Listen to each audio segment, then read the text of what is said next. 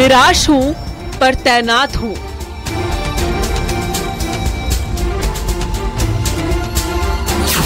मुहताज हूं पर मुस्तैद हूं।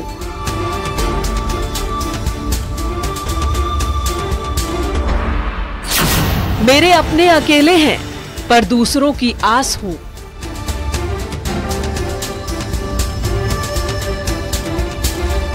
10 लाख रुपए की सैलरी बोली थी, कोई नहीं देता है। तो कितना मिलता है? 6.5 मिलते हैं हमारे। तो ऐसे गुजारा कैसे हो पाता? नहीं हो पाता। उनकी आदत ही पड़ जाती है। पड़ गई है। हाँ, और वो से मैनेज करना पड़ता है। वो आ जाता है तो वो मैनेज करना पड़ता है। फक्र है मुझे कि मैं सिक्योरिटी गार्ड हूं।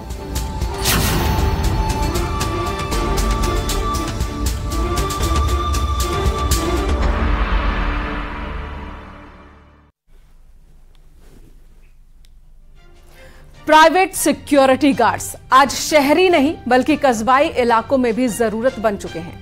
तमाम निजी संस्थानों से लेकर दफ्तरों, मॉल्स, रिहायशी सोसाइटी की सुरक्षा इन्हीं की जिम्मेदारी है।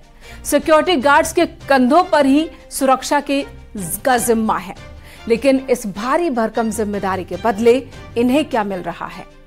12 घंटों की लंबी ड्यूटी की शिफ्ट होती है, 1.5 गुना काम लिया जाता है और बदले में सैलरी तय से भी आधी रकम दी जाती है। हफ्ते में तो छोड़िए, पूरे महीने में भी एक छुट्टी नहीं मिलती, और अगर छुट्टी ले भी ली तो उसका पैसा कट जाता है। यानी काम के बदले सिर्फ तनाव, झुंझलाहट और लगातार काम। जिनके कंधों पर इतनी अहम जिम्मेदारी सौंपी गई है, उन्हें इस हाल में क्यों काम करना पड़ रहा है? सवाल यही है कि आखिर सुरक्षा संभालने वालों को सुरक्षित भविष्य कब हासिल होगा, और अपनों के लिए अपनों से दूर रहने वाले ये गार्ड क्यों इतने मजबूर हैं?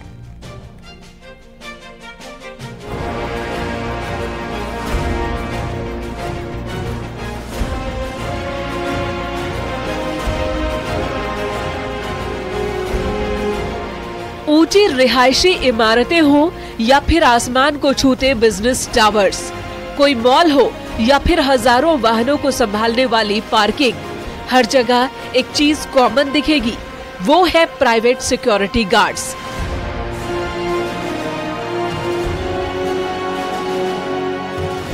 हर वक्त मुस्तैद दिखने वाले, दिन की तपती धूप हो या रात का स्याह अंधेरा, ठिठुरती ठंड हो या फिर तूफानी बारिश, कभी गार्ड की जगह आपको खाली नहीं मिलेगी।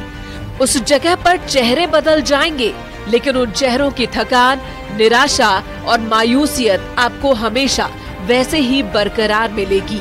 मायूसी हो भी क्यों ना, जॉब कॉन्ट्रैक्ट में जो ड्यूटी 8 घंटों की है, वो कभी 12 घंटों से कम नहीं होती।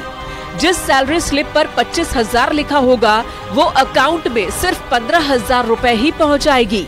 मेट्रो सिटी में अपना भी पेट भरना है और सैकड़ों हजारों मील दूर बैठे अपने परिवार का पेट भी पालना है। अब चल रहा है, क्या होता है? नहीं तो इतनी कम सैलरी में कैसे गुजारा करते हैं? गुजारा क्या है, कुछ हम करते हैं, कुछ लड़का करता है काम। अच्छा। वो भी प्राइवेट नौकरी करता है। अच्छा, पीएफ और सीएल वगैरह कुछ मिलती है? नहीं, कुछ नहीं। कितने महीने में कितनी छुट्टी मिलती है? कोई छुट्टी नहीं। तो ये है कि नमक रोटी चलता है क्या? छुट्टी उट्टी का क्या रहता है? कुछ नहीं, पैसा कट जाता है। महीने में कितनी छुट्टी मिलती है? कुछ नहीं सर, जो ड्यूटी करे उतने दिन का पैसा। अगर हमारा दिवाली वाले दिन पड़ रहा है तो हम लोग छुट्टी जाते हैं, वरना हम लोग सुरक्षा में हैं, न पुलिस को छुट्टी मिलती है इस टाइम, और सुरक्षा टाइट होती है। किसी भी सिक्योरिटी गार्ड की मायूसी की एक वजह नहीं, कई बार आप उनका रूखा बर्ताव भी देखते हैं। ये झुंझलाहट सिर्फ इसलिए नहीं है कि वो एक्स्ट्रा आवर्स में ड्यूटी करते हैं, बल्कि लगातार करते हैं। महीने के 30 दिन बिना किसी छुट्टी के अगर बीमार पड़े और उस दिन छुट्टी लेनी पड़े तो उस दिन की तनख्वाह कट जाएगी। तनख्वाह में गुजारा नहीं हो पाता है। अच्छा। बहुत मुश्किल से टाइम काटना पड़ता है महीने का। अच्छा। 1.5 महीने में सैलरी मिलती है। हाँ। 1 महीने की तनख्वाह 1.5 महीने में 10 दिन में, 1 महीने 10 दिन मिलती है। अच्छा। हाँ। कितनी तनख्वाह मिलती है? 8,000 रुपए। और ड्यूटी आवर्स क्या होते हैं, कितने बजे से लेकर कितने बजे तक ड्यूटी करते हैं? 12 घंटे की ड्यूटी है, 10 से 10। 10 से 10। और कितना स्टाफ यहाँ पर मॉल में होगा? पीवीएस मॉल में कितना स्टाफ होगा आप लोगों का? इस वक्त होंगे 5-6। कोई छुट्टी मिलती है आप लोगों को? कोई छुट्टी नहीं है। मतलब होली दिवाली कोई छुट्टी मिलती? कोई छुट्टी नहीं है। कोई त्योहार में छुट्टी भी नहीं मिलती? और अगर मान लीजिए किसी दिन आप बीमार पड़ गए तब? उसके पैसे कटते हैं।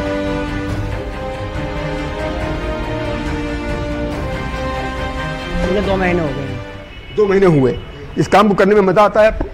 अच्छा लगता है? मजा पेट पालने के लिए करना पड़ता है? बस पेट पालने के लिए करना पड़ता है, अपने बालकों के लिए। अच्छा, अपने बालकों के लिए करना पड़ता है कि ताकि भरण पोषण परिवार का होता रहे और पिताजी को भी सहयोग मिल सके। और आप पढ़ाई वढ़ाई भी करते हो? जी, पढ़ाई छोड़ दी मैंने। पढ़ाई छोड़ दी? कितना पढ़े हो? मैं 10वीं पढ़ा हुआ हूँ। 10वीं पढ़े हो? हाँ जी। अच्छा, तो अभी ये ड्यूटी कर रहे हो, 8,000 रुपये सैलरी मिलती है। हाँ। और क्या कहना चाहते हो सरकार से? क्या आप मांग करते हैं? क्या होना चाहिए? आपकी ज़िंदगी कैसे और बेहतर होनी चाहिए? सैलरी बढ़नी चाहिए क्या? सैलरी बढ़नी चाहिए। सिर्फ काम के घंटों और वेतन की ही अनिश्चितता नहीं है, न ही कोई प्रोविडेंट फंड की सुविधा है, न जॉब सिक्योरिटी, न कोई मेडिकल हेल्प की फैसिलिटी। मतलब काम सुव्यवस्थित है, लेकिन हालात दिहाड़ी मजदूरों से भी बदतर। यही तो है एक सिक्योरिटी गार्ड के मुस्कुराते चेहरे पर मायूसियत की असली कहानी। जय सर, मैं कहना चाहता हूँ कि गार्ड का जीवन तो एक ऐसा है कि इसका कोई भविष्य नहीं है। ये 12 घंटे की ड्यूटी करते हैं और ड्यूटी भी टफ होती है और सैलरी तो 10,000 रुपये है, न कोई छुट्टी है। और जो ये हैं ठेकेदार लोग हैं, न PF कटता है, बाई हैंड वो सैलरी मिलती है और एक गार्ड का तो शोषण हो रहा है।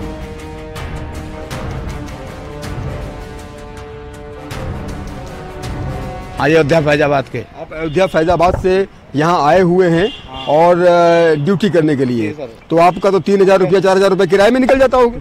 मकान है, किराए पे रखा हूँ सर। परिवार भी यहीं रखे हुए? हमारे बच्चे भी रहते हैं सर। कितने वर्ष हो गए आपको गार्ड की नौकरी करते? 22 साल हो गए सर।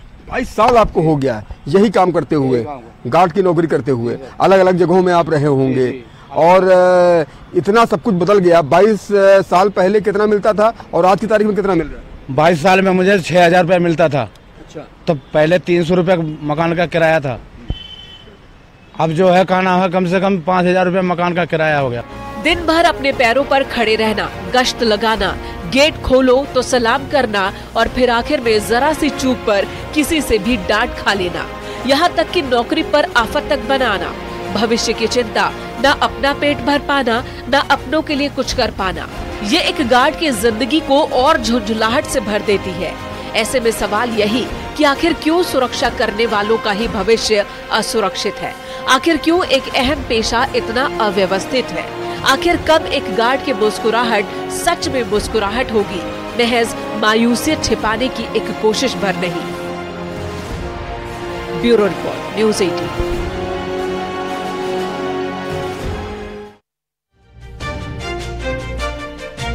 आपकी सोसाइटीज में भी गार्ड्स होंगे। कई बार आप उनसे निगाहें मिला लेते होंगे, उनके सलाम करने का आप जवाब देते होंगे और कई बार नजरें चुरा कर ही निकल जाते होंगे। देश में हजारों निजी सिक्योरिटी एजेंसियों में लाखों सिक्योरिटी गार्ड्स काम कर रहे हैं और ऐसा नहीं है कि सभी एजेंसियों में गार्ड्स के हालात खराब हैं, बल्कि कुछ कंपनियां इन्हें तमाम तय सुविधाएं दे भी रही हैं, लेकिन ऐसी कंपनियों की तादाद बहुत कम है। आखिर क्या है सिक्योरिटी गार्ड्स की सबसे अहम समस्या और उसका समाधान जानने की कोशिश करते हैं अगली रिपोर्ट में।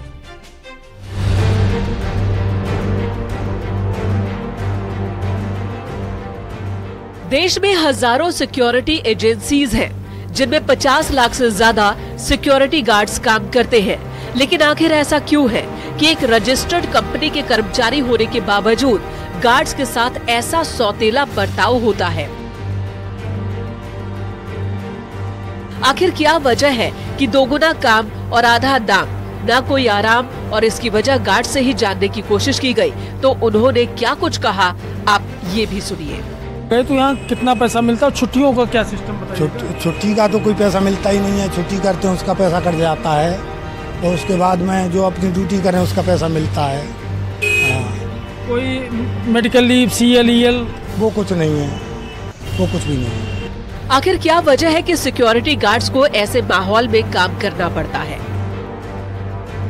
कुशल श्रमिक का दर्जा ना होना, असंगठित क्षेत्र में काम करना, प्राइवेट एजेंसीज पर स्पष्ट श्रम कानून का ना होना। हम लोग तो अपने अपने धंधों पर चले जाते हैं, सुबह शाम जाते हैं, रात को आते हैं, मगर सारा दिन की जो यहाँ सुरक्षा है वो इन गार्ड के हवाले ही होती है। यहाँ कोई भी बाहर का परिंदा पर नहीं मार सकता है। ये अपनी जान पर खेलकर भी हमारी सोसाइटी की रक्षा करते हैं। जैसे मुझे कहीं अगर जाना पड़ता है तो मैं बिल्कुल टेंशन फ्री रहता हूँ कि मेरी सोसाइटी में अंदर गार्ड बैठे हैं और वो गार्ड अपनी फैमिली की तरह उनकी रक्षा करेंगे। देखो, सुरक्षित तो हम तभी महसूस कर पाएंगे जब गार्ड आसपास होते हैं। चाहे दिन हो रात हो, रात के 2 बजे भी कभी कभी लेट हो जाते हैं आते हुए, तो गार्ड्स तो चौकन्ना रहते हैं यहाँ पे। त्योहार वगैरह में भी सुरक्षित फील करते हैं हम, क्योंकि गार्ड्स हमारे आसपास रहते हैं। अब आपको बताते हैं कि लेबर लॉ के हिसाब से क्या नियम है और उन्हें क्या क्या सुविधाएं मिलनी चाहिए। राज्यों और केंद्र के अलग अलग नियम हैं। 10 से 12 हजार रुपए न्यूनतम वेतन है। प्रोविडेंट फंड और ESI की सुविधा मिलनी चाहिए। एक शिफ्ट 8 घंटे से ज्यादा नहीं होनी चाहिए।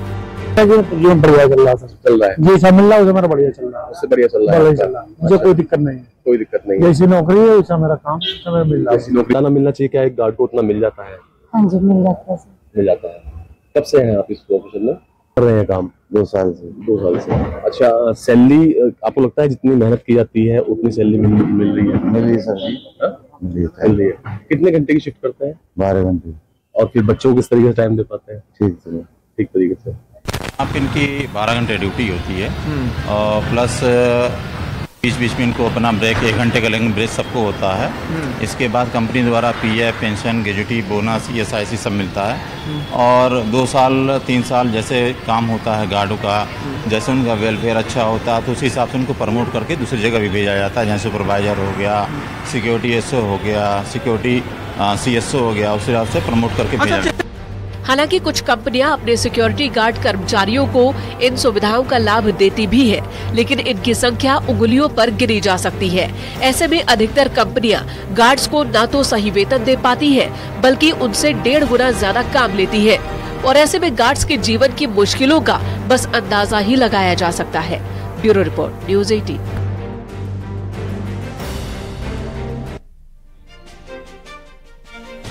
तो जिनके कंधों पर हम अपने घर की, अपने परिवार वालों की सुरक्षा की जिम्मेदारी देकर निश्चिंत हो जाते हैं, उनकी स्थिति कैसी है हमने आपको दिखाने की कोशिश की। अब मुमकिन हो सके तो कम से कम इनके साथ आप अपना व्यवहार अच्छा रखें। यहाँ रुकेंगे एक छोटे से ब्रेक के लिए, खबरें जारी हैं। चलिए ब्रेक पर जाएं, उससे पहले एक बड़ी खबर आ रही है बरेली से। महिला के हत्यारों को उम्र कैद की सजा हुई है। 4 साल की बच्ची की गवाही पर सजा मिली है हत्यारे को। बच्ची की गवाही पर पिता और चाचा को सजा मिली है। ऑपरेशन कन्विक्शन के तहत 1 साल के भीतर सजा। बच्ची के सामने ही पिता और चाचा ने मिलकर सिलबट्टे से कूचकर मां की हत्या कर दी थी। चश्मदीद बच्ची की गवाही पर पिता और चाचा को ADJ तबरेज अहमद ने आजीवन कारावास की सजा सुनाई है। 16 अगस्त 2021 का यह मामला है। सुभाष नगर थाना क्षेत्र में शांति विहार में हत्या की वारदात हुई थी। मुख्यमंत्री योगी आदित्यनाथ के निर्देश पर ऑपरेशन कन्विक्शन चलाया जा रहा है और इसी के तहत प्रभावी कार्यवाही की गई और प्रभावी कार्रवाई के तहत महज 1 साल में ही सजा तक इस मामले को पहुंचाया गया।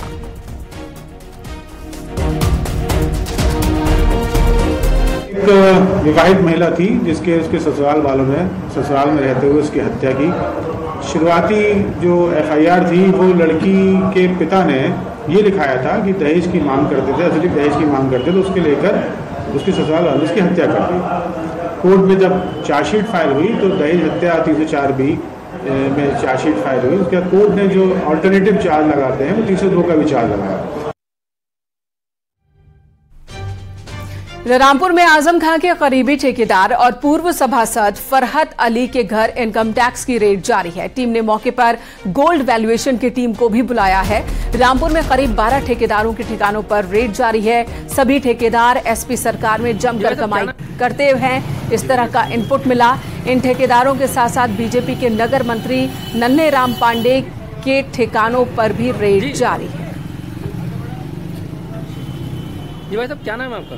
की वैल्यूएशन के नहीं आए ना।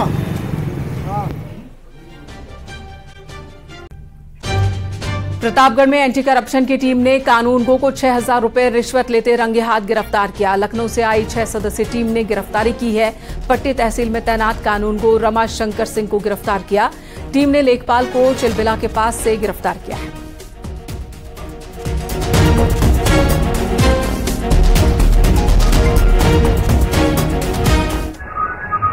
एंटी करप्शन की टीम ने घूस लेते कानूनगो को रंगे हाथ गिरफ्तार किया है और उसके पास से 6,000 रुपए बरामद किए हैं। वहीं पीड़ित का आरोप है कि जमीन की रिपोर्ट लगाने के नाम पर कानूनगो के द्वारा लगातार 6,000 रुपए की मांग की जा रही थी और नहीं दिए जाने पर रिपोर्ट नहीं लगाई गई थी, जिसके बाद पीड़ित ने एंटी करप्शन टीम से भ्रष्टाचार को लेकर कानूनगो की शिकायत की थी और कानूनगो की टीम आज पहुंची और नगर कोतवाली इलाके से गिरफ्तार कर लिया। वहीं कानूनगो रमाशंकर सिंह पट्टी तहसील में उनकी तैनाती है। रोहित सिंह न्यूज़।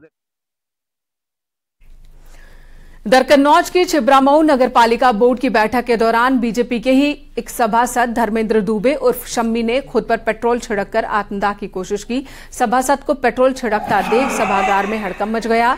साथ ही सभासदों ने आत्मदाह की कोशिश कर रहे सभासद से माचिस छीनकर बचाया। साथ ही ईओ पर करप्शन के आरोप लगाते हुए सदन का बहिष्कार किया।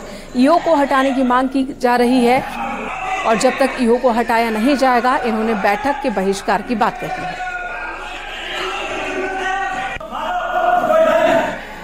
ने मुझे चुना सभासद इसलिए कि काम करवाओ साहब। काम के लिए जब भी जाते हैं नगर पालिका में, पता नहीं यह लोग मुझसे क्यों चिढ़ते हैं साहब। कमीशन के ये लोग कमीशन भी खाते साहब, जनता का काम भी नहीं करते। मैंने एक बार पूछ लिया इनसे कि ये साहब आप कितना कमीशन लेते हो जो काम का, तो बोले इससे तुम्हें क्या मतलब। हमने कहा इतना बता तो दो, काम के लिए आए साहब, चाल के लिए। तो ईओ साहब ने तुरंत ही मना कर दिया, नहीं तेरा काम होगा। हमने फिर एप्लीकेशन दी जाके, बोले जाओ उसके बाबू को दे दो, बोले आज इसको मार दो।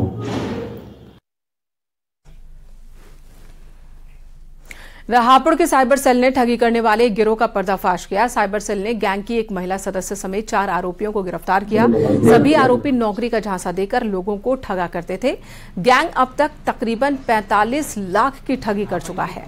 पुलिस गिरोह से जुड़े दूसरे सदस्यों की भी तलाश में जुटी है। और एनसीआरपी पोर्टल पे चेक करने पे लगभग 45-50 ऐसी कंप्लेंट्स है जो इनके खिलाफ यहाँ पे लिखी हुई हैं। हमारे साइबर सेल की टीम ने इनके 4 लोगों को गिरफ्तार किया है और इनके गैंग के बारे में विस्तृत जानकारी की जा रही है। और भी जो व्यक्ति इसमें प्रकाश में आते हैं उनको भी गिरफ्तार किया जाएगा। उधर भदोही में 2 दिन से घर से लापता युवती का शव बरामद हुआ है। परिजनों ने गांव के ही युवक पर भगाकर ले जाने का आरोप लगाया था। शव बरामद होने के बाद पुलिस आरोपी युवक को हिरासत में लेकर पूछताछ कर रही है। शव को पोस्टमार्टम के लिए भेजा गया। पुलिस दूसरे पहलुओं को भी ध्यान में रखकर जांच कर रही है।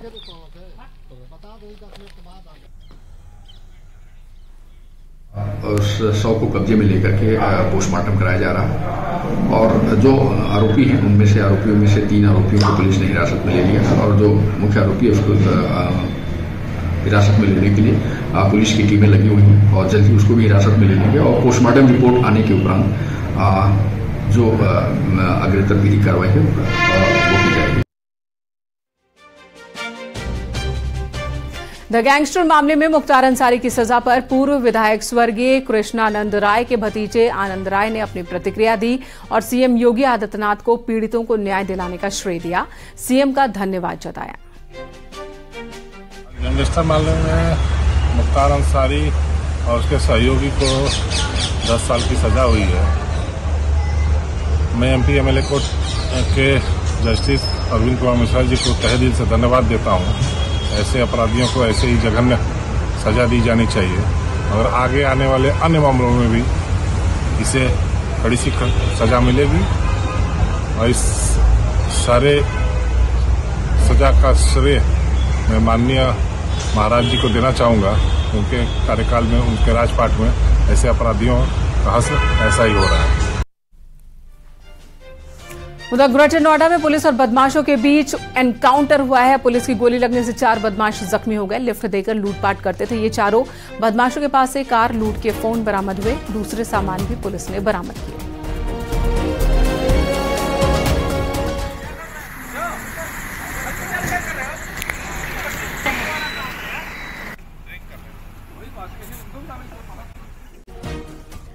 अलीगढ़ में क्वारसी थाना क्षेत्र के गांव बरहेती में शादी से 8 दिन पहले युवती की प्रेमी ने गला दबाकर हत्या कर दी। 25 अक्टूबर की रात वारदात हुई है। घर से महज 50 मीटर की दूरी पर शव को भूसे में दबाकर वो भाग निकला। मामला उजागर होने पर कुछ ही घंटे में पुलिस ने आरोपी को गिरफ्तार कर लिया। पूछताछ में आरोपी ने बताया कि दूसरी जगह शादी तय होने से वो नाराज था। और इसी वजह से उसने युवती की हत्या की। मौके पर तत्काल पुलिस ने पहुंचकर घटना को संज्ञान में लिया और बॉडी को तत्काल रूप से पीएम के लिए भिजवा दिया गया है। एक परिजनों से तहरीर लेते हुए थाना क्वारसी पर इस संबंध में एक एफआईआर भी पंजीकृत करा दी गई है। अभियुक्तों की तलाश की जा रही है और अग्रिम विधिक कार्रवाई की जा रही है, जिससे